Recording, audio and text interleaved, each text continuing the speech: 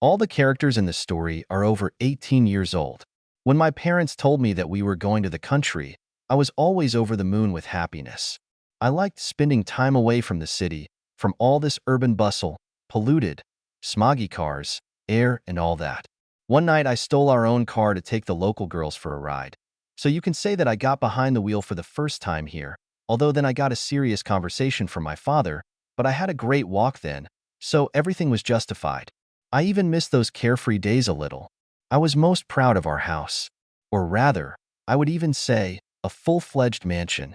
Imagine walking past the wooden houses of your beloved neighbors to your hefty two-story brick monastery. It was a great time. So much water has flowed since then. It's like we didn't live either. It all started in this village. Everything will end in this village. My parents Rebecca and Jack are very successful people. When my father was 22 and my mother was 18, they had me, James. My father is a businessman. Later, my mother turned into an important bird, worked in the legal field for a while, as well as now, and soon took the place of the boss. He sits in the main office and directs. I decided to follow in her footsteps and plunged headlong into the world of law.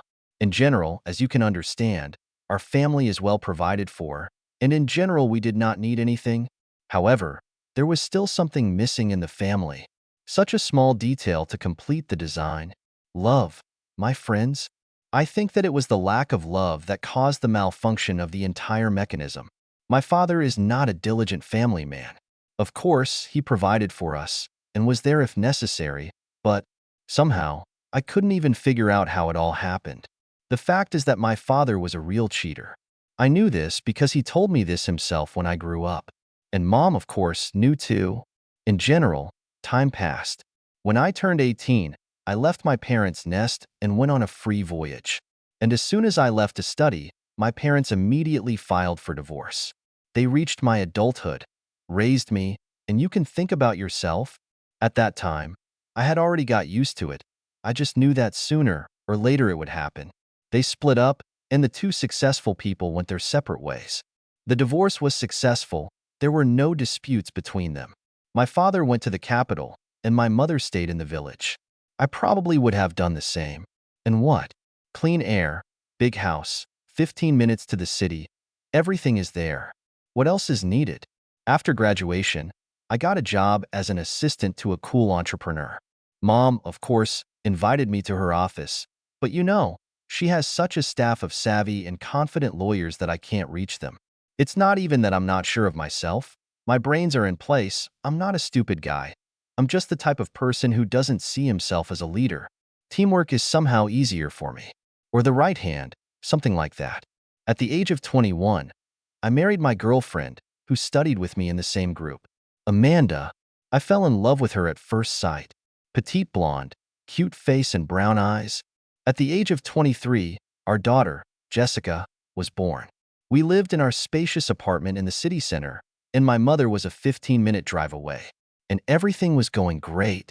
Even my father came to see my granddaughter. Mom visited us from time to time. If possible, we will go to her. There's also no problem with Amanda. I'm 28 years old now. Amanda and I were going to the village for Mom's birthday. We left Jessica with Amanda's mom, and soon we were on our way to the celebration. Barely parking at our family home, we got out of the car. It's going to be a fun night, judging by the number of cars here. On the threshold of the house, my mother met us. At the moment, she turned 46, and you know what?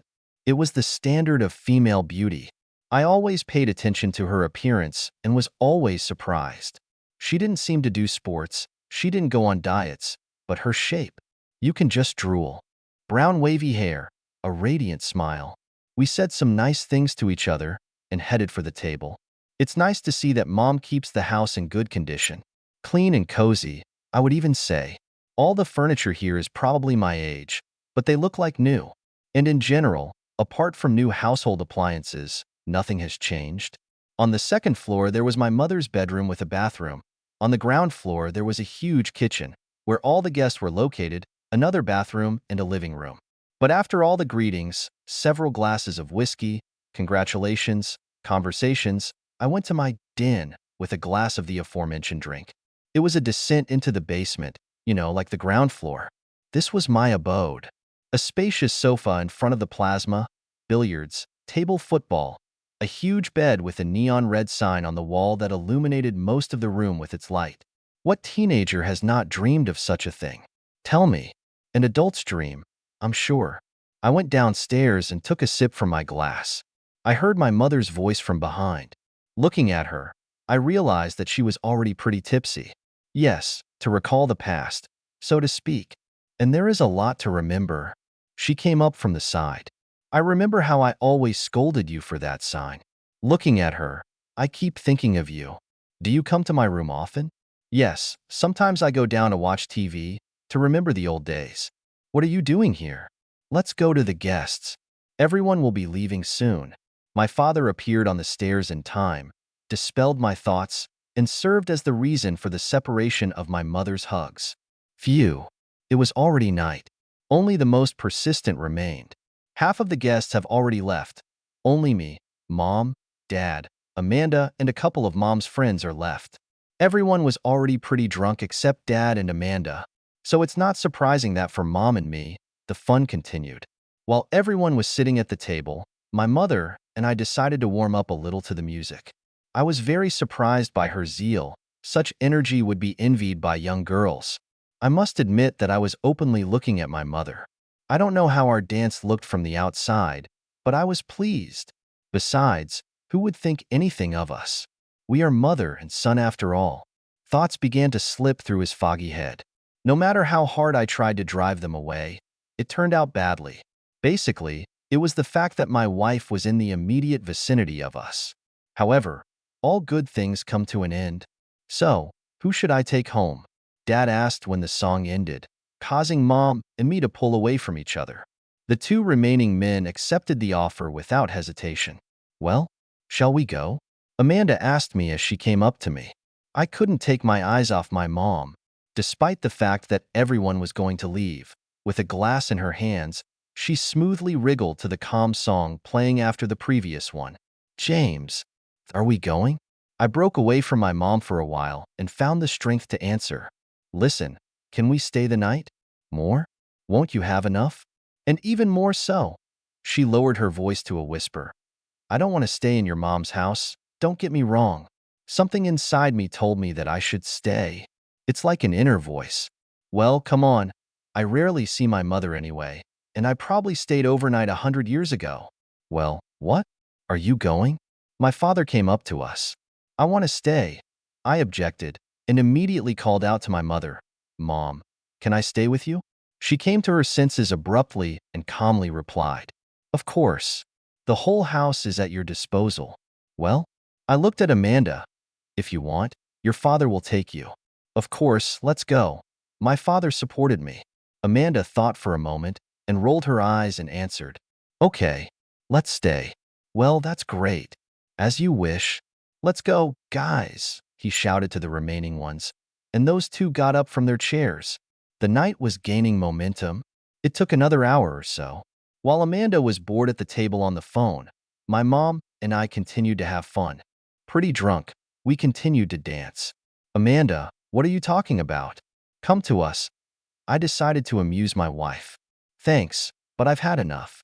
I'm going to take a shower and go to bed. Thanks for the evening. Everything was great. She turned to me and my mother. Well, we'll sit down for a while. Amanda nodded and went upstairs to the guest bedroom. Well, madam, have you had enough? Or are the years taking their toll? I jokingly asked my mother. You better watch yourself, young man. She snapped with a grin. Then I suggest we go down to my room and continue the fun there so that Amanda doesn't get in the way of music. Come on, I don't mind. We took the rest of the alcohol, some snacks, and staggered down to the basement. The fun continued. With energetic music and dim lights, we warmed up our bodies in the dance. Aren't you tired yet? I asked mockingly. When I drink, I always want to move around, she answered joyfully. I haven't danced like this for a long time. How long has it been? Probably since my youth. Well, you'll give the young ones a head start, a purely male opinion. I am pleased. She smiled playfully and turned her back to me again. How long have I been waiting for this? The music had long since changed to another one, but we still continued at the same pace. We were already moving without paying attention to the song. I didn't understand what we were doing, but I couldn't stop it. I'm not familiar with such dances, she said. We danced like that for a few more minutes. But then the most embarrassing moment in my life happened. We got too carried away dancing and made love. I couldn't believe it. At that time, Amanda was sleeping in another room. I don't remember exactly how long it lasted. Shame. The first feeling that came over me was shame.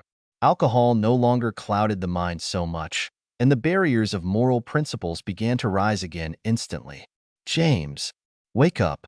I opened my eyes and jumped up abruptly. My wife looked at me with puzzled eyes. What are you doing? What is it? She asked, perplexed. Where's Mom?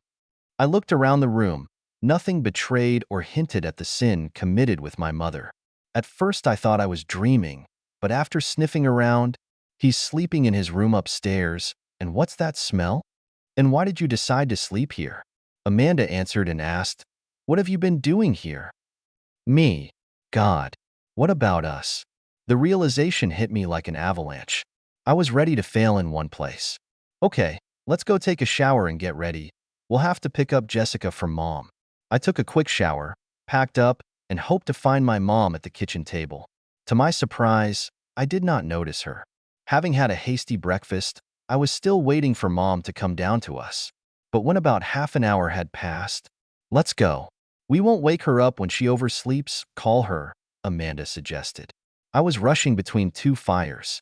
On the one hand, I wanted to leave as soon as possible, and on the other hand, I wanted to see my mother. But the first one still took off. 10 minutes later, we left the village. 2 weeks later, my relationship with my mother became very bad.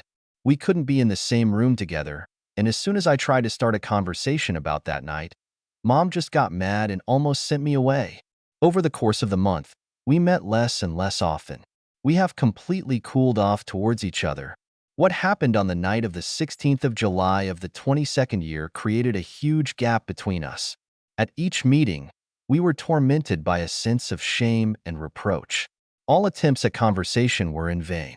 Normally, we saw each other only a couple of months later at a family dinner in the village. And then we didn't sit for long. Suddenly, my mother felt sick at the table. She turned pale and ran to the bathroom, covering her mouth with her hand.